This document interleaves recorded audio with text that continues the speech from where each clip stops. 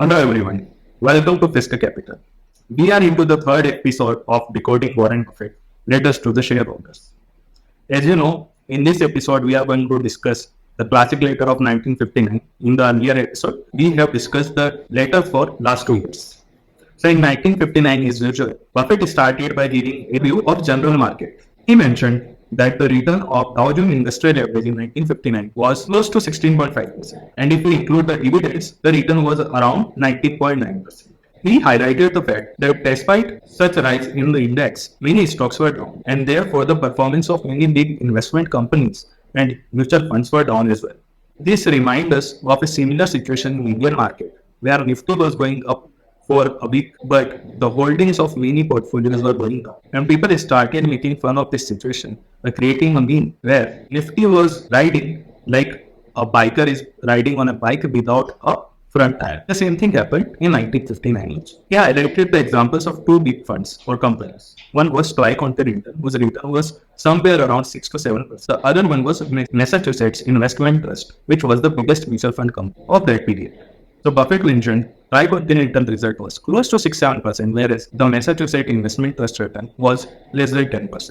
Buffett, despite this low return, appreciated these companies and mentioned that these funds and investment companies used to look at long-term wealth building and only invest in companies which are fundamentally strong, even if it gives them lower return than the market in the short run due to market noise and irrational decisions from many investors. The same can be seen a lot of times in the stock market, where a highly overvalued company continue to rally for an extended period, but once the bubble gets burst, they reduce from their top by 50-60%.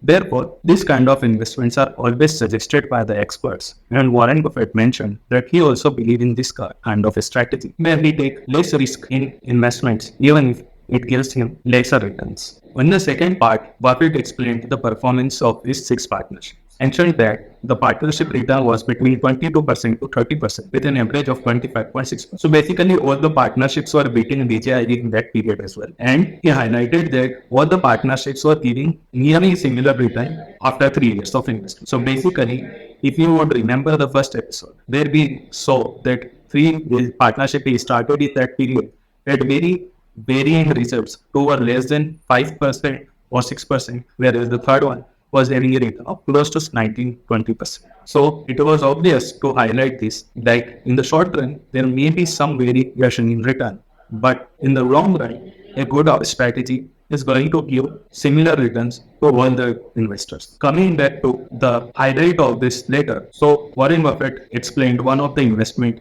he primarily took in this year.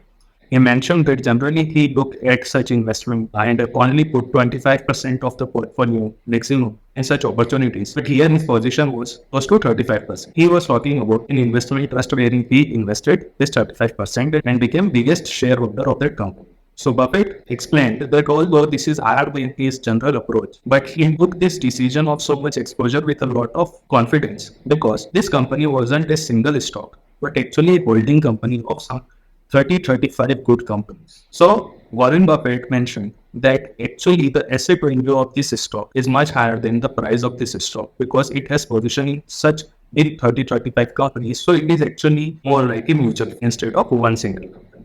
If you remember, recently we also had a case of NCD investments in India, where one share increased from 3 rupees to 2.5 lakh rupees per share price. This happened because the company was holding a very good position in Asian Paints, due to which its book value was close to 5 lakh rupees per share. Still, the share price was less than 3, and that's why this thing happened. So similar thing, Buffett identified in one of the companies and took a position there. Here, to conclude, I just wanted to highlight two lessons which we have learned from this letter. First, don't get upset if your returns for 1 or 2 years is less than overall industry average, because in the long run, only good companies will survive, and eventually you will have better returns than the competition for the market. Second thing, he gave us a great lesson to invest in holding companies. If we see that the holdings have a much lower prices compared to the value of the holding it is having in its portfolio. So there are many companies where you can find such opportunities, that the company is a holding company of 3-4 good businesses, and the sum total of all these businesses position makes the